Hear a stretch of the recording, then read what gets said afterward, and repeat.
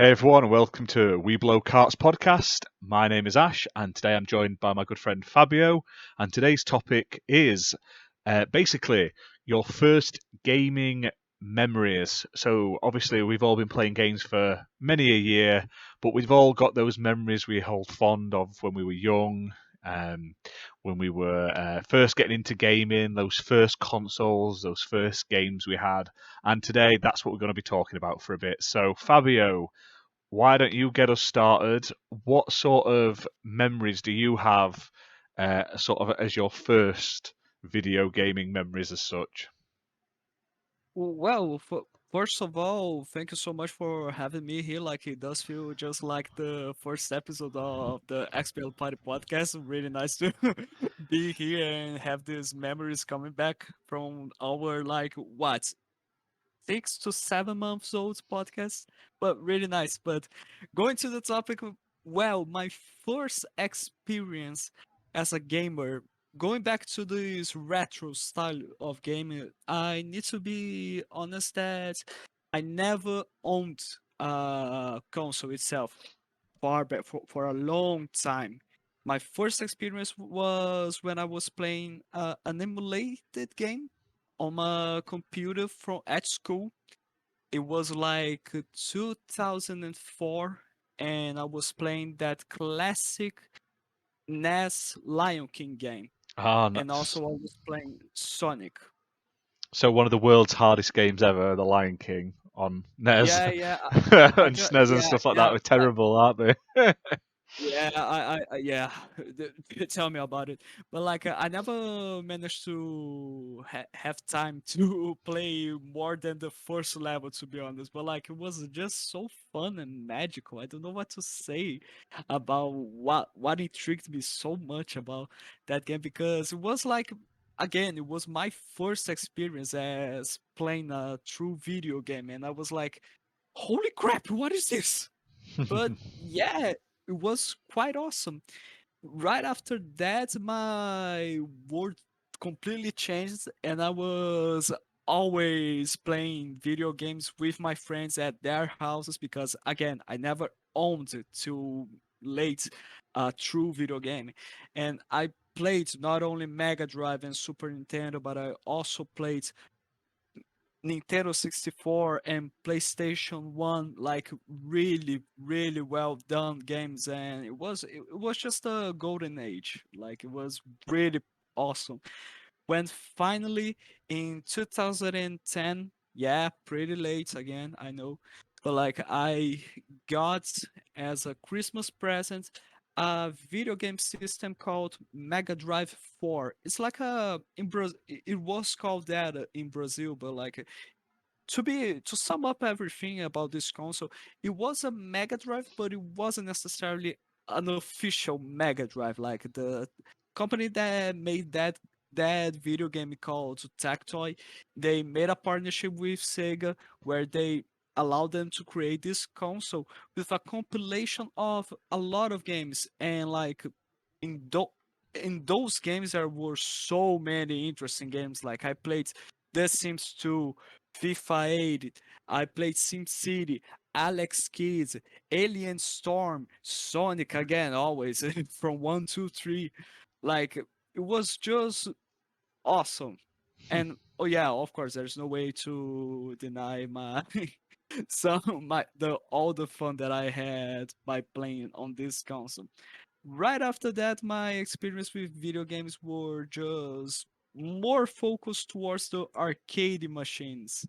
And in, I think it was in 2012, yeah, something like that, or in the end of 2011, I received as a another birthday present, to be this time I received the PS2. And and yeah, of course, I played God of War games. I did play God of War games, but they were not as charming as the Lego Star Wars games for me. And my stories with my beginning in terms of the gaming world for me is just like that. It was quite simple, but it was quite fun. And what about you?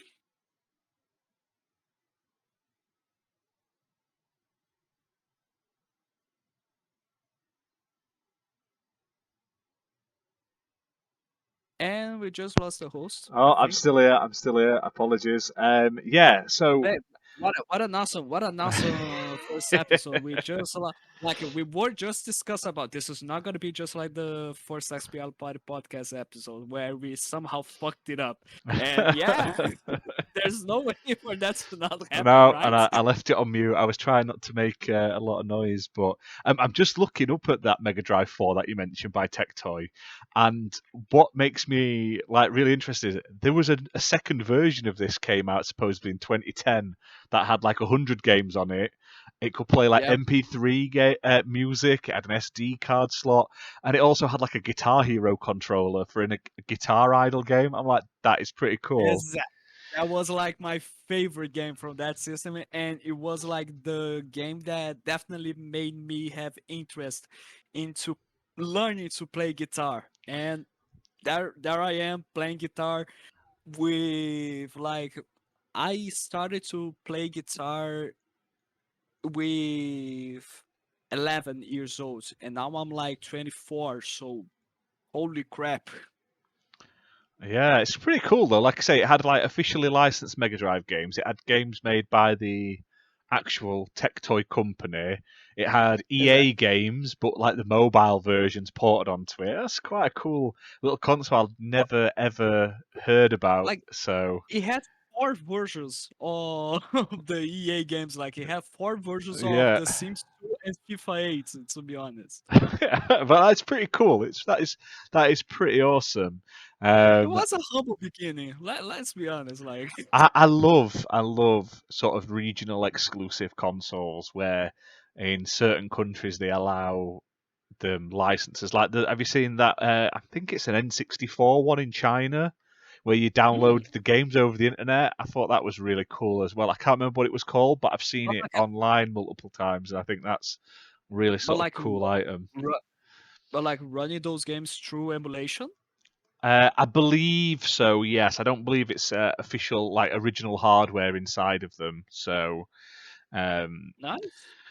but for me, I mean, I've been racking my brains over this for a while, ready for this episode, and I think the first console I remember we had at home and playing on, I think, was a second-hand Atari 7800.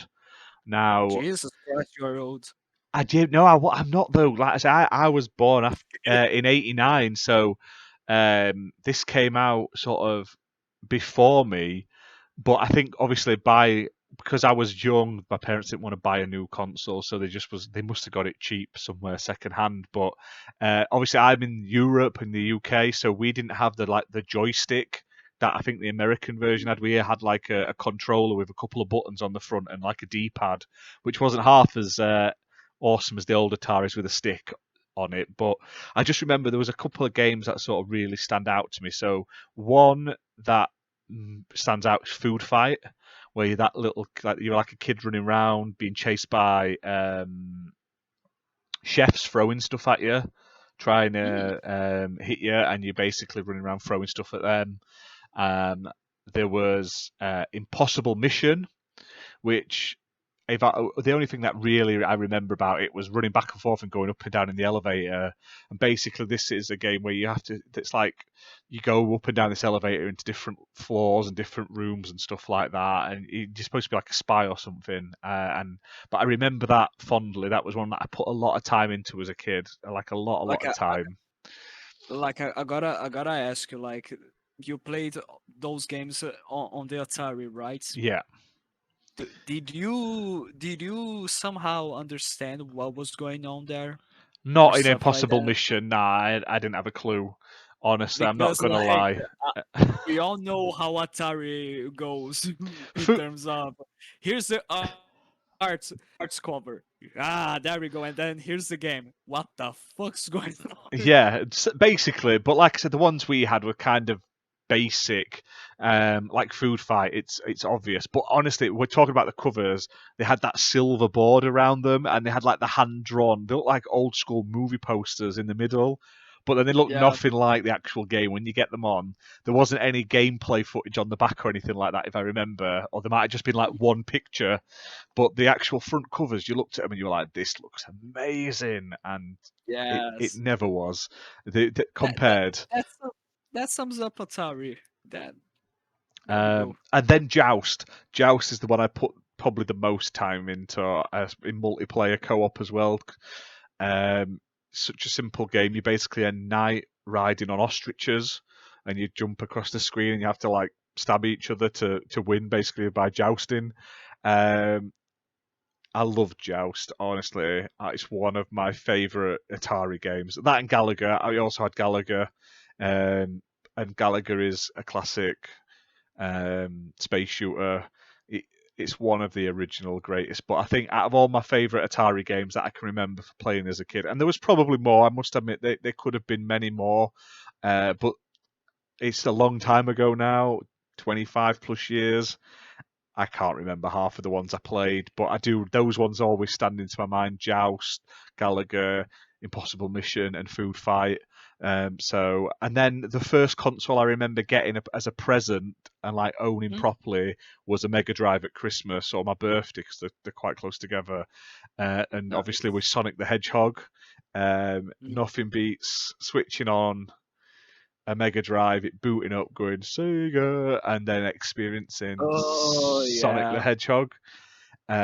It's one of the best memories, and like I say, I've owned Sonic the Hedgehog of one, I think, on pretty much 20 different consoles. I've got it on my PC, I've got it on Mega Drive, I've got it on Xbox, I've got it on my Mhm. phone, I've had it on tablets. Do you know what I mean? I've got it in compilations on like PS2, GameCube. Do you know what I mean? I've got it on every console. Xbox it came out on. I think I've even got an actual compilation on PC. I've got a compilation on Xbox One. They brought out that Mega Drive collection, and I absolutely love Sonic 1. I think it's the best Sonic. I know obviously that Mhm. 2 and 3 improved on it dramatically, but nothing You beats. don't like you don't like to play Sonic and Knuckles? I I think don't that mind was on them. Sonic 3. I don't mind them. Sonic and Knuckles came out before Sonic 3. It was sort of like a midway game while they were making 3. They pumped out Sonic and Knuckles just to make a bit of money, basically. But I love them Mm. all. I really enjoy all 2D Sonic games, but Sonic 1 is the best in my eyes. It's the one I Oh remember yeah, most fondly. like And I can jump onto that, and it's like putting on an old pair of shoes and that you love. It's just like sliding them back on, and you know exactly what to do. The music yeah, but hits, Green Hill Zone, fantastic. Do you know what I mean? you need to say yeah, but always be careful to see if if your foot's going to fit it in those shoes to be Oh honest. yeah, So yeah. true, true. But you know what I mean, though. It's like me. It's like seeing an old friend that you haven't seen in forever, but you still know all. You just like get back into the conversation. Like That's a way it's better only been a analogy. yeah, like it's only been a week. Do you know what I mean? I can jump into that and play that no matter what on any system, and it always makes me smile. It's absolutely fantastic. And then sort of other Mega Drive games that really stand out and sort of remind me of a kid are Road Rash, which is currently what's on the video now if you're watching this on YouTube. Loved playing Road Rash as a kid. And then I'm sure I had like a 3-in-1 cart with Golden Axe and Streets of Rage on, or I had a couple of multi carts and it had Streets of Rage and Golden Axe on. But playing Streets of Rage and Golden Axe with my cousin for hours on end, um, Hmm. really fun times. I absolutely love the Mega Drive side scroll and beat 'em ups. I finished all of them. Do you know what I mean? Like all of the main ones, and they're more games that I'll always go and play. Like I say, I mean, I feel like Sonic holds up better than sort of Golden Axe nowadays, but I would still, if someone said, "Do you want to play Golden Axe?" I'm like, "Yeah, get it switched on right now." Do you know what I mean? All the games I played as a kid, I would happily play over a lot of the modern games that are out right now. Easy peasy. There's something special about them. I don't know what it is. It may just be my nostalgia goggles, but Certainly, absolutely no, fantastic. I wouldn't say necessarily just nostalgia, but like all the magic that it was. that was put into these games, like they were just amazing. Like those games are not necessarily only good games. They are games that define a whole childhood generation. Oh yeah, So yeah, definitely. And like when you said about Lion King, I mean, I had the Aladdin game more than Lion yeah, King. Just the fact that it looked like the movies back then, and obviously a generation or two before that of consoles, they just looked like squares on the screen, or even the Master System didn't look very good. It was very yep. blocky and very limited. But when it came to sort of like SNES and Mega Drive, um, it just looked absolutely like it was like, oh, you're playing the movie. I mean, nowadays it won't compare to nowadays graphics, but back Oh then yeah, it was like amazing, mind blowing. Do you know what I mean? Um, yeah. especially like, I mean, I go back and I've played some Atari games recently, and they they haven't aged well, bless them. I mean, the core gameplay is great. Like Like Joust, you can get like there's like I'm sure there's a remastered version, or they've brought another version out later on with slightly better graphics. It's exactly the same game, but and the but like core gameplay works. It's just the let, let, graphics let it down. let's be honest, like the core gameplay is great. So on Atari you only have one stick and one button. So yeah, Well, on it's the not 7800, you had two buttons, if I remember correctly. There was two. that. There we go. That now that's a challenge. Now that's how they can fuck it up everything. Yeah. Nice. But like I say, when I had a Mega Drive, it only had three buttons. Eventually, they brought out the six-button controller for like fighting Yeah. games and stuff like that. But when I got a Mega Drive, it was the first generation Mega Drive, which is the English. For those people who probably are like, "What the hell's a Mega Drive?" The Mega Drive is the sort of English name for a Genesis. So for some, Yeah. I don't know why they changed it. I don't know whether it's because there's a band called Genesis or something, but for some reason over Like here they call it the Mega Drive. But I think the Mega Drive sounds so much cooler than yeah, for sure. Genesis. Second. Yeah, yeah, I know what you mean, but like I I have no idea what is the point of changing the name of the system and also the games, like especially when you compare some PlayStation 1 games, the titles on the UK they are different from the US, and also the covers are all different, and the UK ones are way better than the US ones for some reason. So I'm just reading online. This is a fact online, according to Wikipedia about Sega. In North America, the name was changed to Genesis, as who is this guy? Rosen. I'm not sure who Rosen is. He's obviously something to do with Sega. Mm. Insisted on the name as he disliked Mega Drive and he wanted it to represent a new beginning for Sega. So, Well, I'm glad it didn't work out. yeah, I honestly think um, it just baffles you, doesn't it? So, like, Mega Drive It's sounds not like so much cooler. David Rosen. So, David Rosen, for all of you retro gaming lovers out there who want the actual facts, it was David Rosen, um, I believe, a CEO of Sega. That is who just said it. He just did not like the name Mhm. of the Mega Drive, which it just sounds cool. Like the Mega Drive was the console in England. It was bigger than the SNES over here because, and it just was marketed like it was the cool kids console. Like I say, it was Yeah, like you've got to get that if you want to be it. Do you know what I mean? but like there's no way for me to not comment this, that like in terms of the console, why this console is just so amazing for us is not necessarily only because of the nostalgia, because of all the facts that we talked about, of the games, all the revolution that they brought up for the gaming market and la di da, all that stuff.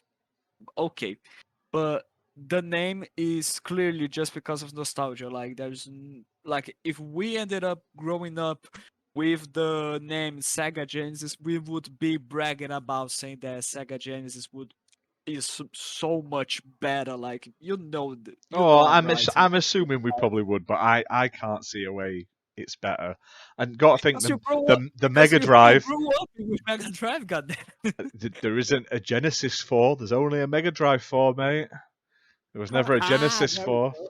So the There we go. Genesis never got Guitar Idol and a Guitar Hero add-on, did it? No, it did not. So that is why the Mega Drive is clearly better. Okay, okay, I can't argue with that. There's a fact. Well done, sir. um, I think after that we can end everything. No, just kidding. that's it, yeah. And end it. I mean, do you have any other sort of memories of playing when you were younger? Sort of like what was your sort of highlights? Sort of what sticks in your mind?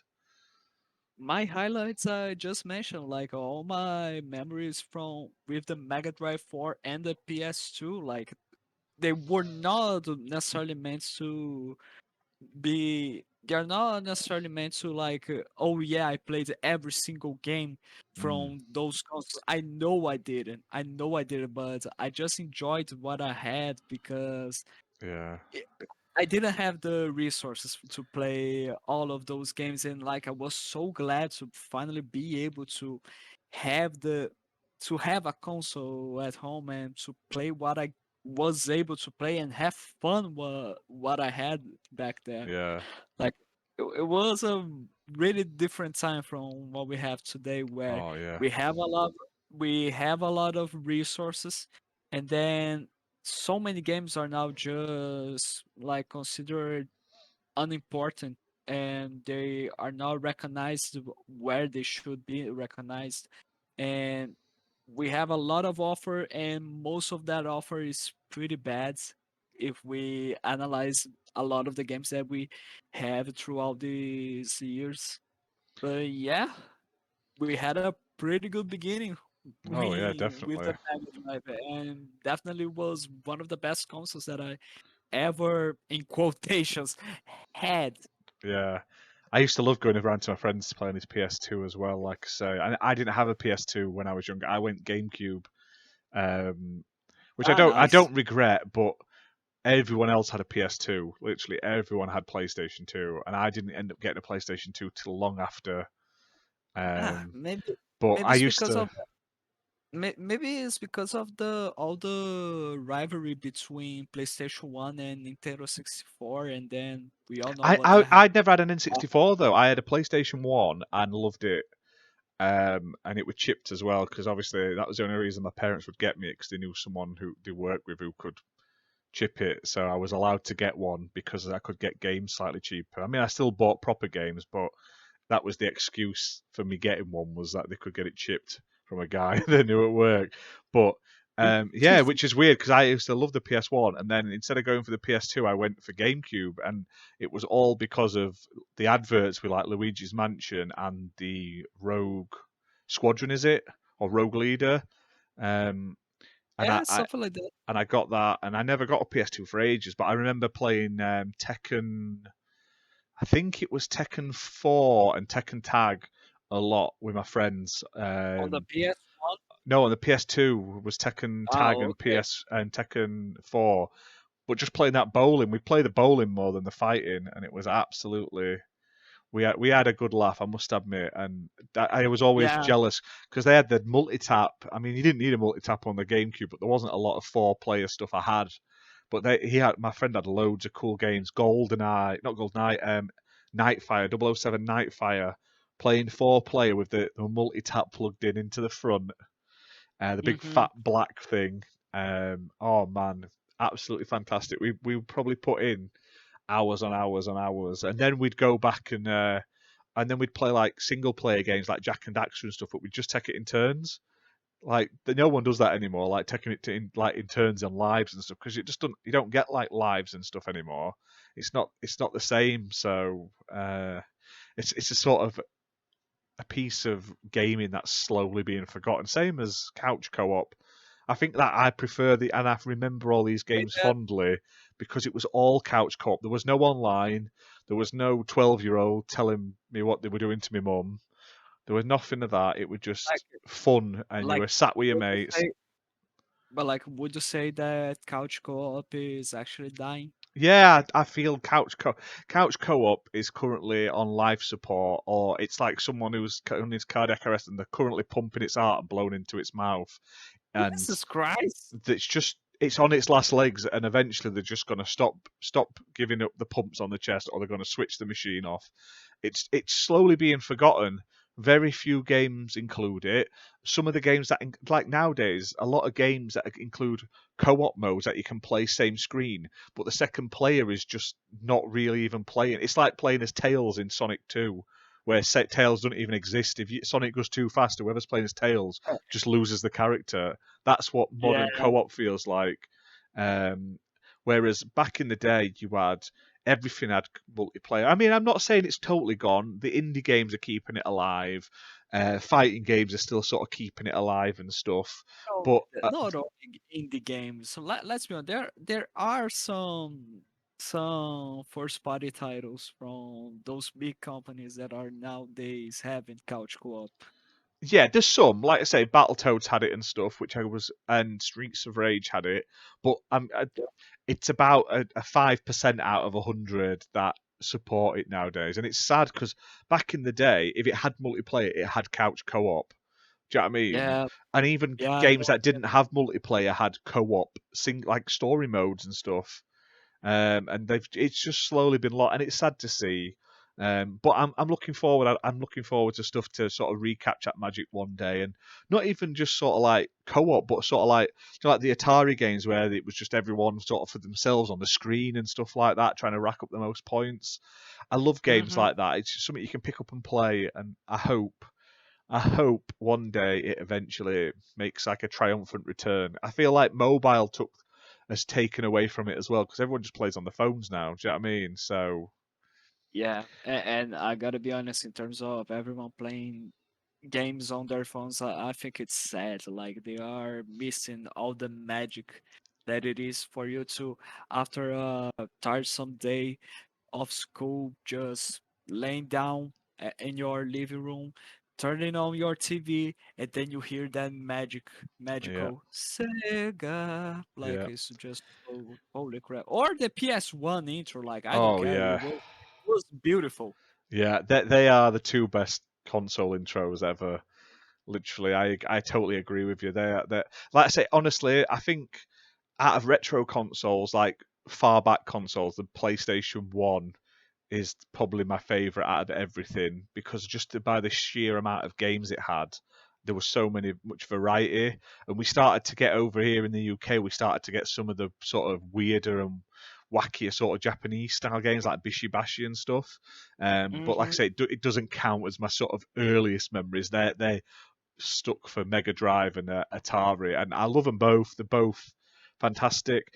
I wouldn't maybe recommend people go out and buy an Atari nowadays, but sort of Impossible Mission's been remastered.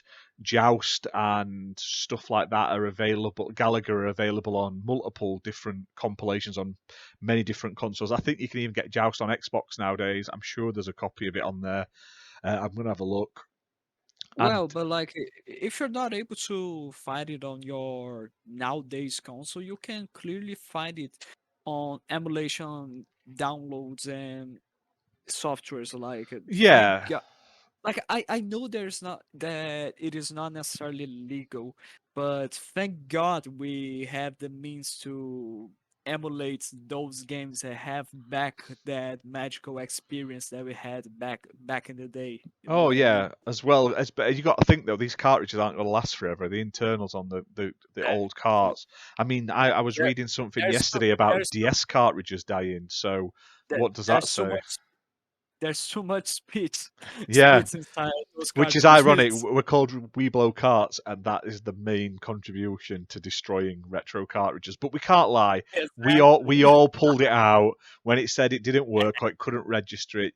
You gave it that magic little, and you shoved it back in, Exactly. and it always worked, no matter what. It just means that nowadays, 10 years later, 20 years later, however many years later, when you go to use them again, they don't work at all now because they've rusted away and slowly eroded. But thank God for game preservation.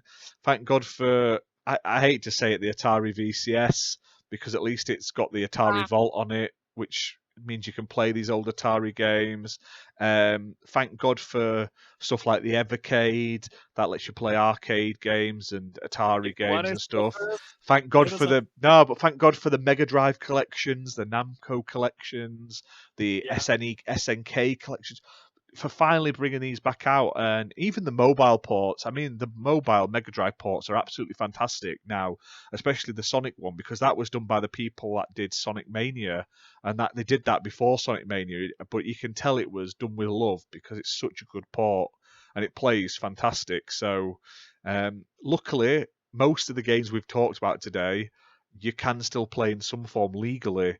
It Yep. does suck when you have to. The only way to get these games is to emulate, because they've either stopped making. Well, they're like rocket or shit to find, or they've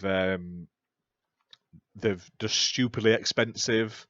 I never understand that. When games are like £500 for retro, you think the original people would re-release them to capture some of that, like to bring the value down. One, and also there's clearly a want for those games. If the price is so high, there's a demand for them somewhere. So just re-release them digitally or something so people can play them legally.